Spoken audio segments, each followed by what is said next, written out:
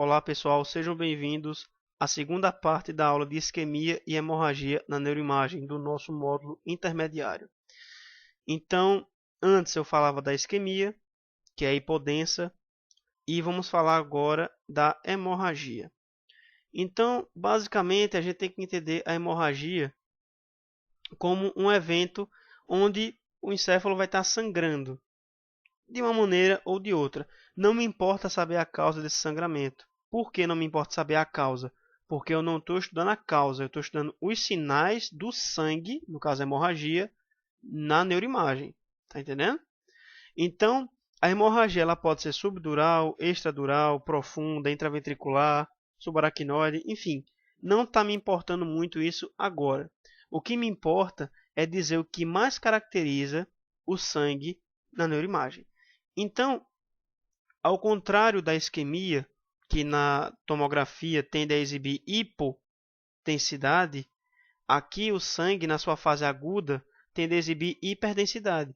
Então, um paciente que tem um sangramento agudo, chegou no pronto-socorro, que vítima de trauma, alguma coisa, eu vou ver, em vez de hipodensidade ou sinais indiretos de isquemia, vou ver hiperdensidade, tá? Ou seja, o branquinho.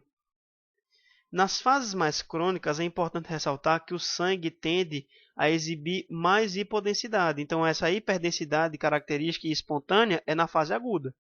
Obviamente que a gente pode ter edema acompanhando a lesão.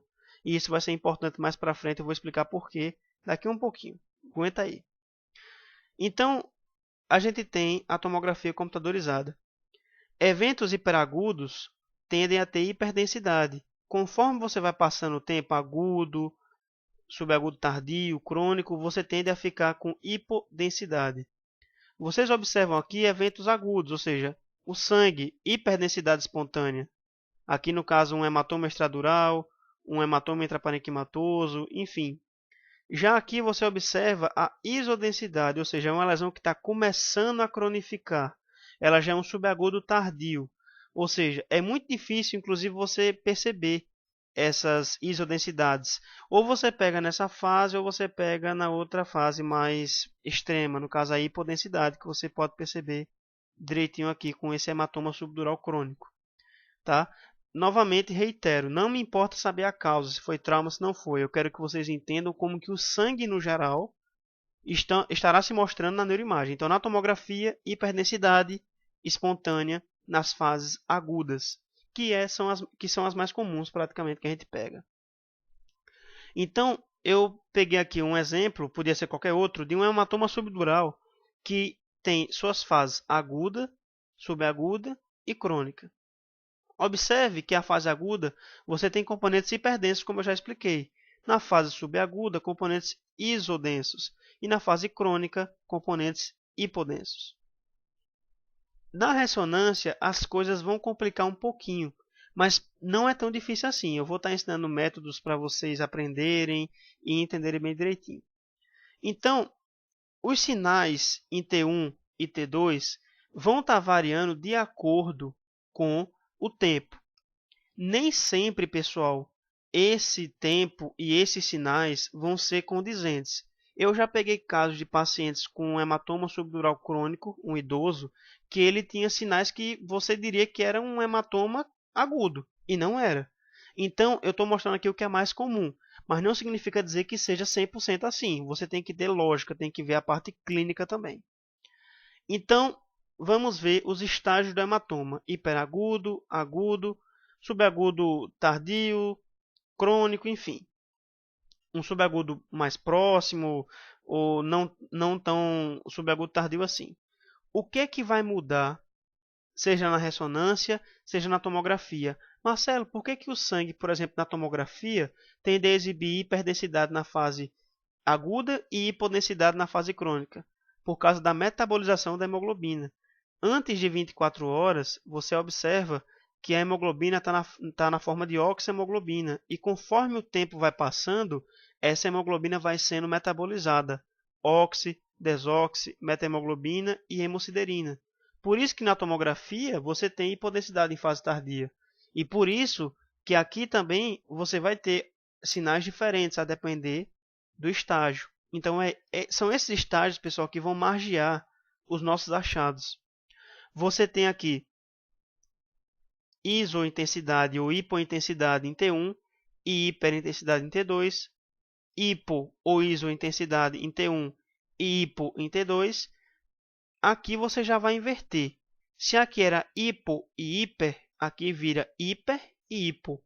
Então você tem hiperagudo, hipo, hiper, agudo, hipo, hipo, um subagudo mais próximo, hiper e hipo, ou seja, você inverteu o que eu tinha no hiperagudo, e agora a gente continua. Subagudo, tardio, hiper e hiper, e o crônico, hipo e hipo. É uma dica que eu dou para vocês memorizarem um pouquinho essa tabela. Mas vamos dar alguns exemplos agora, do ponto de vista prático, tá? Então, eu tenho aqui um caso de um paciente com hematoma, tá? E que você observa que em T1 é quase impossível de ver a lesão. Você começa a ver um componente bem hipointenso, mas não sabe o que é. Aí joga um T2. Pá! Pronto. Então, você observa que você tem um componente líquido praticamente aqui, de edema, e o hematoma está aqui no centro. Você percebe que isso aqui é edema, água, enfim, porque ele está bem hipointenso em T1, bem mais hipointenso que a própria lesão, que está escondida aqui, mas que você pode visualizar bem aqui em T2. Tá? Então, você tem isointensidade em T1 e hiper em T2. Esse, no caso, foi um hiperagudo. Podia ser que isso fosse uma outra fase? Poderia. Em radiologia, na D8 nem 80, mas é o que é comum, tá bom? É sempre bom que o radiologista saiba interpretar o que ele está vendo e saiba correlacionar os dados clínicos também. Esse segundo caso, a gente tem isointensidade em T1 junto com hipointensidade em T2. Então, a gente tem o quê?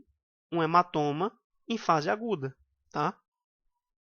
Nem sempre os hematomas vão vir bonitinhos assim, pessoal, com uma fase só. Às vezes, eu tenho algumas patologias que sangram o tempo todo e que predispõem a vários achados e vários sinais a depender da lesão. Por exemplo, o paciente tem uma patologia, um cavernoma. O cavernoma sangrou hoje, aí daqui a 3 dias sangra de novo, daqui a 7 dias sangra de novo. Ou seja, um tumor de vaso que tende a ficar estourando o tempo todo é um pouco complicado. Então, eu estou botando aqui o que é mais simples. Ou seja, um hematoma mais simplificado para que vocês tendam a entender a base. O que eu quero que vocês entendam aqui é isso. Tá? Aqui em cima, eu sempre vou deixar as tabelinhas e os metabólitos para que a gente possa caminhar junto bem direitinho. Esse é outro caso. Eu tenho hiper em T1 e hipo em T2. Ou seja, eu tenho um subagudo próximo, um subagudo mais precoce, tá? Se é que eu posso chamar assim. O próximo caso é um caso interessante. Se você utilizar só a tomografia, você vai ver que ele está em uma fase mais cronificada, um subagudo tardio, um crônico.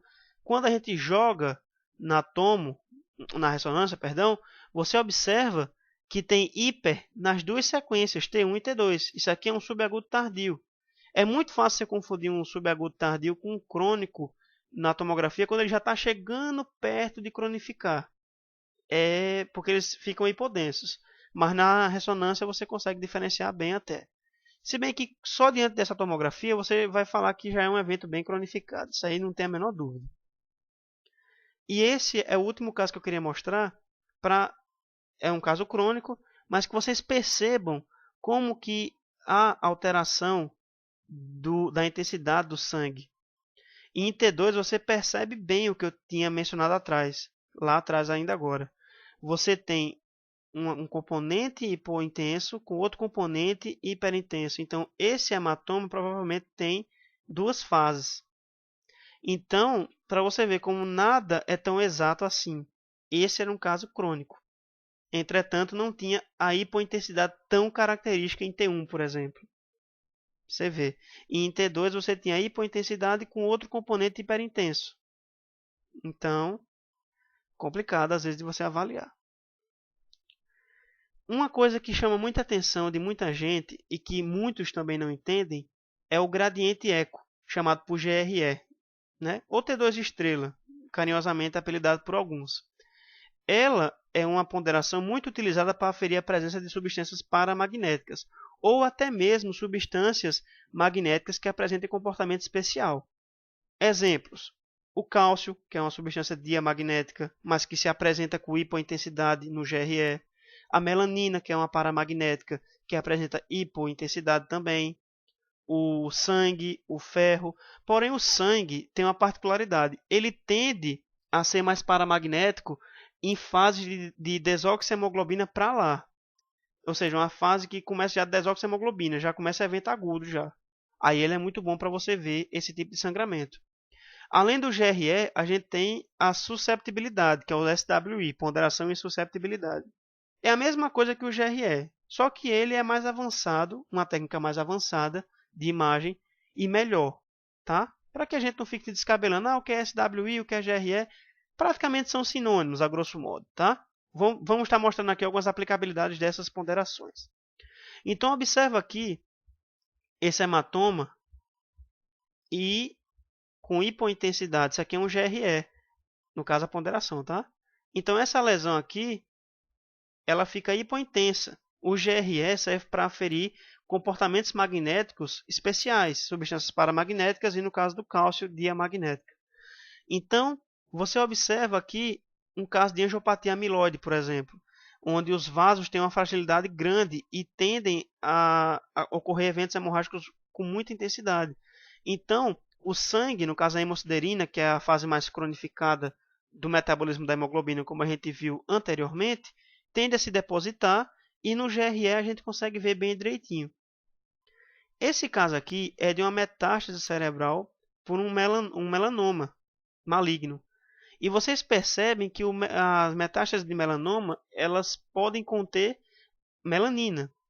A melanina é uma substância magnética de comportamento especial. Então, ela se apresenta também com hipointensidade.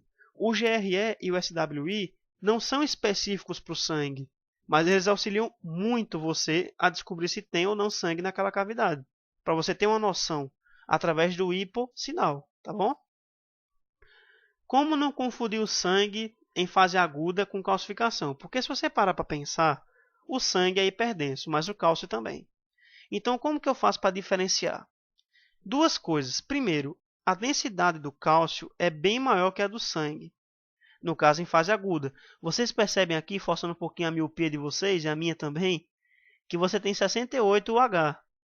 Já aqui você tem 130. Ah, Marcelo, isso aqui não é um crânio, isso aqui é o tórax. Sim, companheiro, eu não consegui achar a imagem calcificada de tomografia mostrando a densidade da lesão para que vocês possam ter uma noção. Então aqui você tem 130 e aqui você tem 68, mais ou menos. Isso se meus olhos não estiverem me enganando. Enfim, mas a densidade do sangue é bem mais baixa que a do cálcio. E outra coisa que eu falei mais cedinho no começo da aula é o componente de edema. Perceba como esse Ezinho, que é representado por edema, em volta da lesão, tende a existir aqui. E nas calcificações, esse edema tende a não existir. Não vou dizer que nunca pode existir, mas o normal é que não tenha. Então essas são as duas dicas que eu dou para vocês para não confundir sangue em fase aguda com calcificação. Aí o cidadão está lá no plantão, paciente com AVC isquêmico, você está lá de boa, sei radiologia, assistiu o canal do Marcelo, tal, sei das coisas. Aí você, sei lá, é chamado porque o paciente complicou. Você faz a nova tomografia e vê lá componentes hiperdensos. Ué, como assim, cara? Ele não tinha isquemia, agora tem sangue? Como assim? Não estou entendendo. Não, você viu certo, você não está ficando burro. Porque o que acontece muitas vezes em eventos isquêmicos é o que a gente chama de transformação hemorrágica. A transformação hemorrágica ela é rara antes das 6 primeiras horas, mas ela é comum até o terceiro ou quarto dia. E ocorre em mais ou menos 50% dos casos de infarto de isquemia no caso cerebral. Então, pessoal, a gente tem que ficar atento. Alguns fatores até predispõem essa transformação hemorrágica, como a trombólise mesmo, às vezes o paciente sangra e aí você tem uma transformação hemorrágica. Às vezes o próprio curso da isquemia pode determinar uma evolução hemorrágica. Isso aí, infelizmente, é loteria. Não tem como, esse paciente vai sangrar, esse paciente não vai sangrar. Tem uns que têm menos chance, óbvio, com critérios, e tem outros que têm mais chance. óbvio. Ou seja, a transformação hemorrágica ela pode ocorrer de maneira extensa, como você pode ver aqui, ou de uma maneira mais branda, mais cortical, por exemplo, tá? Mas ela existe, é um fato. Então você não fica assustado se vê uma isquemia e depois de, sei lá, umas horas você vê uma transformação hemorrágica, especialmente em pacientes pós-trombólise. É perfeitamente compreensível e você não está ficando burro, fique tranquilo. Então essa videoaula fica por aqui. Agradeço a atenção de todos, tá? Eu vou estar deixando minha página Radiologia com Didática para que vocês acessem e curtam. Divulguem para os amigos, por favor. É difícil fazer esse trabalho. Os que falam comigo sabem. Na descrição do vídeo vai conter as apostilas da parte 1 e da parte 2. E é isso. Vocês curtam a página e não esqueçam de clicar em receber notificações. Por quê? Porque o Facebook ele tende a não enviar para o feed de notícias de todo mundo as atualizações. Então você pode perder alguma coisinha que eu venha postar na página. Então é isso, pessoal. Até a próxima. Eu fico por aqui.